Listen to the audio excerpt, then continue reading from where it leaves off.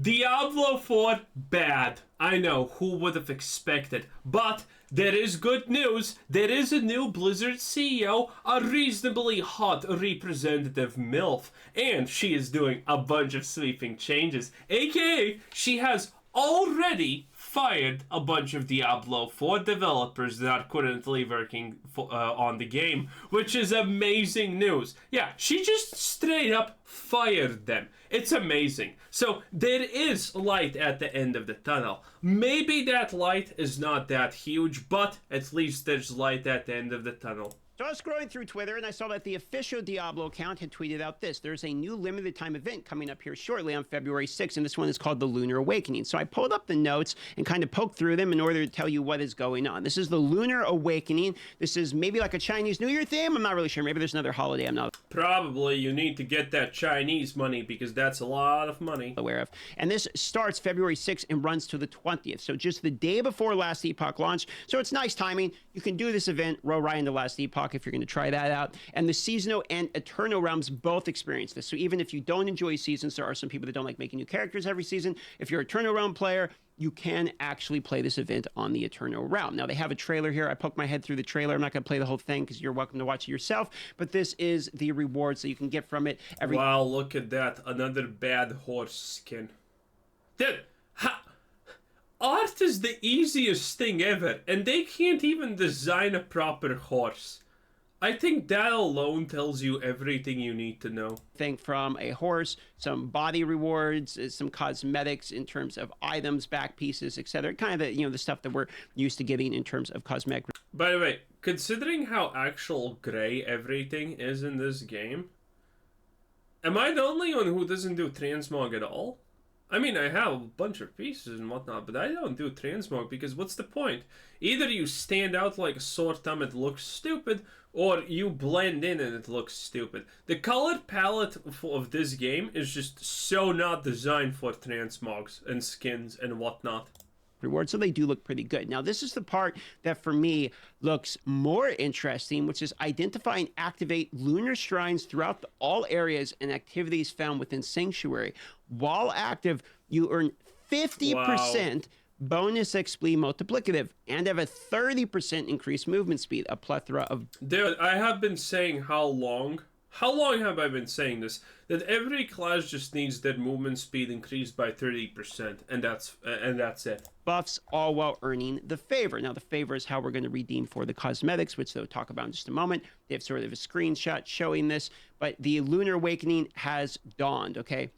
More or less what they say here is there's a guy named Ming Yu you're going to go talk to in Ked Bardu. He owns the Lunar Market. The Lunar Market's where you're going to trade the favors that you will acquire through doing the event, and the favors are what will give you your cosmetic rewards. And you can also see here that this is the important part. Lunar shrines are spread throughout Sanctuary. Fight your way through both dungeons and the overworld, activating the lunar shrines and slaying monsters to earn copious amounts of ancestors' favor. So basically, you'll find a shrine. This is it, what it looks like right here. And the shrine will look like a dragon instead, and then that shrine will be one of the lunar shrines. And I hope the artists did not overwork themselves trying to make a dragon shrine. Oh, I really hope that didn't happen. Poor incapable creatures. The lunar shrines will come other bonuses. For instance, if you find these in the nightmare dungeons, and there will be an affix that marks it as an ancestor's favor dungeon, which guarantees that all the shrines within that nightmare dungeon will be lunar shrines. But in addition to that, you will also get 10% bonus XP glyphs. So they're kind of sort of making a little bit... Dude, they need to redesign every single dungeon, and then people are going to be excited about the dungeons. I'm not going to lie, that's pretty much it. Easier to level up your glyphs through this event as well. And what's kind of cool is you can save these nightmare sigils. So if you want to save them for later on, you can actually do that. You can stockpile these, and they literally say, so feel free to stockpile these for days long. You don't have to worry about them expiring. So you can get them, collect them if you want, use them later. That is no problem. Now, moving on here, the Lunar Shrine and Ancestors' Favor. So the Lunar Shrines are coursing with mysterious and intense power. Basically, what they're saying is the Lunar Shrines will replace some of the shrines when you find them, and they will have a bonus. So instead of just the Artillery Shrine that shoots fast, you also have a chance to summon the Holy Bomb or the Blast Wave. Each explosion summons a cluster bombardment to channeling. Wow, this is stupid. Shrine will increase your attack speed and chance to reset cooldowns. frequent, powerful, shocking strikes from the conduits one, etc. And the Greed Shrine, chance to summon a treasure goblin. While the shrine is activate, 25 kills summons a treasure goblin, and 50 kills summons a second goblin. Wow, so cool. So you're going to be summoning goblins as you go. Greed Shrine, no longer useless. Then we have here Lethal Shrine, chance to instantly execute a struck monster, causing fear and stranding monsters. Note, this includes elites, but excludes bosses and other players. So you can't take this, run in and try to kill an Uber or something like that instantly. This one is interesting. You reflect all incoming damage. Damage reflected scales with the level and world tier. So you're reflecting your damage back as well. And they say on top of these powerfully implied effects, miserly spirits spawn when the Lunar Shrine is activated, allowing you to immediately capitalize on the specific gameplay augmentation. So you get this bonus XP, bonus movement, bonus damage, bonus parry. All of this sounds useless, stupid, and... You made shrines better? What do you mean? Why couldn't that become the new base game if you're gonna make shrines better? Why is this a special event? You see, this is the problem with Blizzard. They think that the base game is good. The base game the base game can be almost infinity increased in quality, but Blizzard just doesn't do it. It's honestly sad. Paragon Glove, you got all these bonuses. It summons something immediately that you can kill. Treasure goblins will spawn if you get the greed one, etc. They sort of show you an example of these minions spawning here. And they say addition. By the way, how long until they buff the spawn rate of goblins and they add the Goblin Realm portal like in Diablo 3? How long do you think that's gonna take? The Lunar Awakening themed Whisper bounties are available throughout the event, making them an excellent place to earn Ancestors' favor reputation while appeasing the Tree of Whisper. So they're spreading this out so you're not just stuck doing one type of gameplay. And then they show a nice spreadsheet here of the different looking cosmetics you can get. Wow. And I actually think the cosmetics look pretty good. So, I mean, the horse looks... Wow, that's so... no one cares. Pretty good. Looks better than the plain brown horse for the 2 sub promo that's going on. I mean, it's the same as the pale brown horse. And considering how small the horse actually is, you're not going to see this. You're not going to be able to tell that there's flowers on the horse. You can already barely tell that this horse is just not some kind of a albino variant or whatever. Bro, it's just sad. Right now, you get some chest tattoo types of deals. Not bad looking cosmetics. So there's 10 levels basically to earn, 6 different themed cosmetics to unlock. Oh, the cosmetics levels. Well, that's actually kind of cool-ish. Available in the shop, materializing to adorn your wanderers, befitting this joyous occasion. And then... Okay, so now the horse has armor and you can't even... What's the point of the horse having tattoos of flower on it if you can't see it after you upgrade the things? Like, why? Why? Also, all of this is gonna blend into one thing. Stop. Just stop. They show you even more of these. So there's a pretty significant amount of, in my opinion, pretty decent looking cosmetics that you can pick through for this event, and you can do it on the Eternal Realm too, which is kind of nice. And they say that's about it, basically. So they wrapped it up with that. Also noticed on Twitter, Adam Fletcher tweeted out that the patch 1.3.1 will be shipping later this week and that the patch notes are available. Wow. If we pull up those said patch notes, you can see here that the amount of health that they heal from the vampiric affix is one of the first things. So you know how when you're like fighting a vampiric affix guy and like, oh my god, he healed for his full life, now I'm annoyed. They're sort of nerfing this. World tier 1, 10 to 5%. 2. Yeah, bro. If you're not playing a main spec or you don't have like the legendary aspects that make the spec good. I remember, dude, in season 2, I decided to play Necromancer and I used Blood Surge. So there was that moment in the main quest when you go in and talk to the skull and it summons a bunch of harvesters or the infected blood players or whatever you want to call them, the boss variants. And I couldn't kill them. Because that wasn't even like the abattoir of Zir or a high level dungeon or anything. It was just World Tier 3 storyline or something like that, and I couldn't kill them because they just healed too much. Because Blood Surge wasn't powerful enough. It was I couldn't. I needed to wait. I needed to wait until I found a couple of affixes that made me just so much stronger than that point, and then I could actually just one tap them. Again, it's like the game. The base game needs to be drastically improved, okay? The base game literally needs to be just there's so much to improve.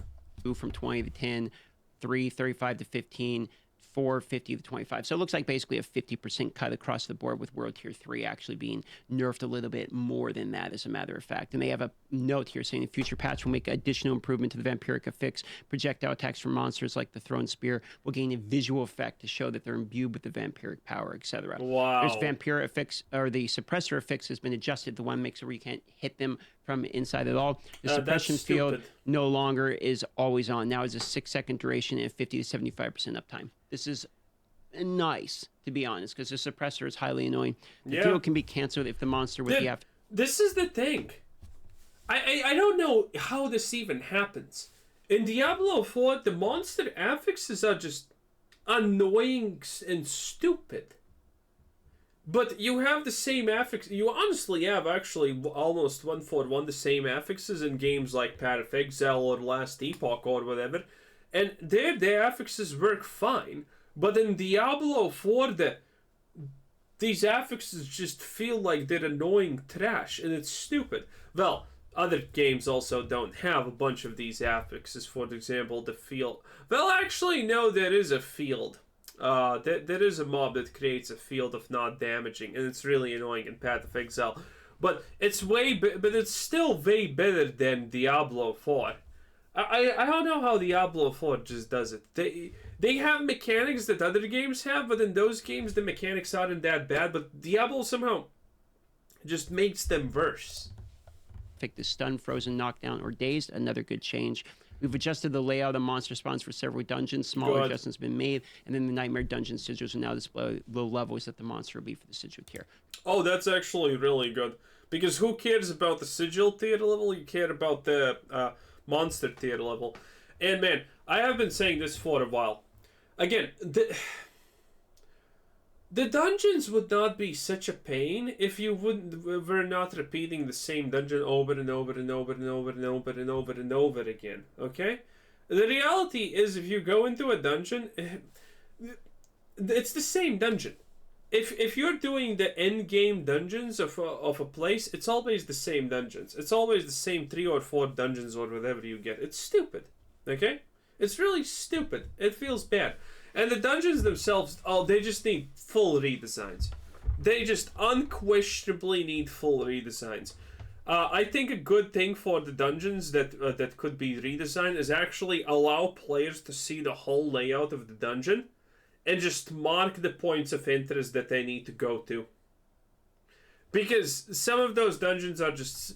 It feels so bad in Diablo when you have to backtrack or do something like that because the layout's just ass. It's just stupid. Like, you know, those situations where you destroy the pillars and then it says, find the siren! And you don't know where it is, and you need to just retrack the whole dungeon until she randomly spawns at some place, and it's like, this is stupid. Okay? And dungeons, bruh, make dungeons that are like wave defend things, that, you know, monsters just spawn in at waves or something like that. You know, make dungeons feel different than just a corridor that you go through and kill stuff, and it wibbles and wobbles in different directions and it feels stupid. Just what? We need these changes. So now you don't have to do that weird calculation of plus and minus this and that in order to actually figure out what level the monsters would be. These are all nice changes, in my personal opinion. These are good changes in the right direction. So now, these are adjusted. Yeah, again, in the right direction, but it's not enough in the right direction. Again, these changes are so basic, so simple, that they should have been in the game like a year ago at this point. To the Seneschal's pet's ability. And what's interesting is there is actually currently videos, I believe Rob just put out a video of like the pet with the firefly, for instance, and multiple projectiles, which can instantly, or not instantly kill, you know, within 10 seconds or something, kill Durio, kill Uber Lilith, etc. Of course, it's Barbarian, but if you do Giga Chat up the pet. Some people are showing that can be quite damaging, and with the I actually have the Firefly thing. Firefly in particular, though the other moves seem to be underperforming. So Firefly is actually going to increase with damage, but it looks like significant damage increase across the board. Buffs in the healing, buffs in the... Again, as I have been saying before, this is super easy to predict Blizzard behavior. Blizzard doesn't correct, they only overcorrect. They don't know how to balance things. It's just an extreme. It's either way too weak and no one uses, or it's way too overpowered and everyone uses it. Blizzard doesn't do balance, they just do extremes. And as I said, either the pet is going to be OP or underpowered, and after a couple of days, Blizzard is going to, well, flip the pet to the opposite spectrum of whatever it was. And now we're getting, again, I literally called this. We're going to get, after a couple of days, we're going to get a pet that can literally one-shot everything in the game. And it's happening. And it's happening. Hoarding damage. So across the board, you can see increase from 50, 60, 50, 60. So we're getting 10, 20, 30% buffs in terms of increasing damage on the pet. And this is due to the fact that the pet has had, negative feedback that the beginning of starting the pet out does not feel very good when you're leveling the pet. They actually address this. Yeah, and we already talked about it. And as typical per Blizzard, now they're making it that leveling out the pet requires way too little time, and it almost doesn't feel like you're doing anything. It is what it is. Previous patch and directly mentioned it, and now they're showing the numbers that will be coming in the following patch, which will arrive later this week. Then there's a whole bunch of bug fixes here, and normally I don't go through all the bug fixes, but there is a significant amount of the bug fixes as well. 50% bonus XP multiplicative is probably the part that I would be most excited for. True. For this upcoming event. Help you level a lot faster, have to do less dungeons, etc. And the bonus. Dude, bro, I'm not gonna play Diablo for that long of a time. I'm actually surprised I even logged in yesterday and played it a little bit. But it's crazy. Paragon Glyph experience as well. I like that they're trying new things. This is definitely something new. Make the shrines a little bit more exciting. Ramp up the juices, make people log in. Smart to do this right before last Epoch launch, to be honest, and they don't try to run it like at the same time. This is a decently planned event, at least in my mind.